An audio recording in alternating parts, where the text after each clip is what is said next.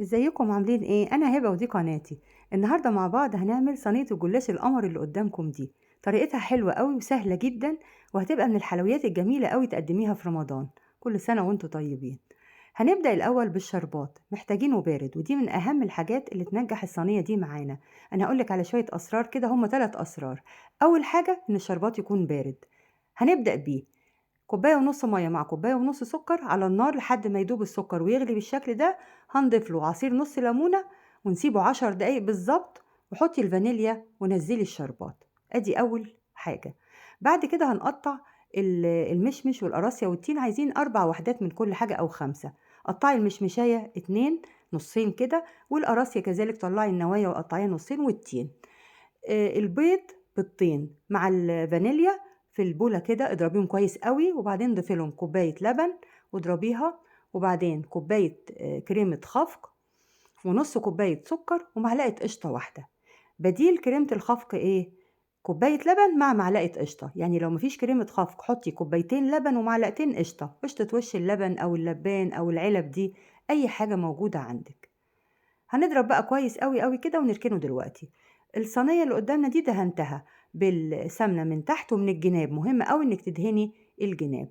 وهنستخدم بقى لفة ونص جلاش. هتاخدي 4 ورقات بالظبط، هتحطيهم عكس بعض بالطريقة دي. الورقة دي يبقى نصها كده جوه الصينية ونصها بره، وادهنيهم بقى بالسمنة كده، وابدأي رصي الصينية.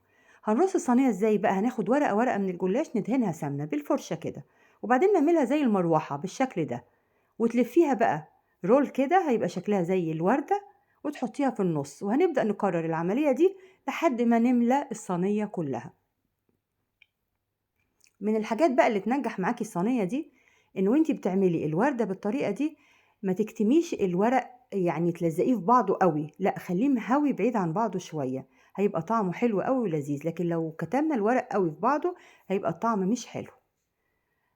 كمان بقى الارتفاع بتاع الصينية، خليه ارتفاعه وسط، يعني أقل من ارتفاع الصينية اللي احنا بنعمل فيها، ما يبقاش عالي قوي ولا يبقى قليل قوي وينشف معانا. بعد ما خلصت بقى ومليت الصينية خالص، دهنتها بالسمنة كده من الوش، وبدأت أحط الفواكه اللي معانا بقى بالشكل ده كده، وبعدين سقيتها بقى بالصوص اللي عملناه، ودخليها الفرن على درجة حرارة 180 على الرف الوسطاني طبعا، حوالي 35 دقيقة أو 5 دقايق في الشواية. طلعت بقى، فتحت الصينية وطلعتها. تحفة تحفة، وريحتها بقى قلبت البيت. حلوة قوي قوي قوي بالطريقة دي. سقيتها بقى الشربات اهو، رشيت عليه رشة فستق كده للتزيين. لازم تجربوها. ولو ما عندكيش بقى الفواكه المجففة دي مش مشكلة، اعمليها بنفس الطريقة كده، واسقيها برضو نفس الحاجات. وقلتلك بقى بديل كريمة الخفق اللبن والقشطة، اعمليها بنفس الطريقة من غير الفاكهة، مش مشكلة. ممكن كمان بتتعمل بتين، تين فريش، يعني تين برضو تقطعيه شرايح كده وتحطيه في النص. وبألف هنا. ولو عجبتك طريقتي النهاردة اعملي لايك وشير واشتراك في القناة بتاعتي، وباي باي.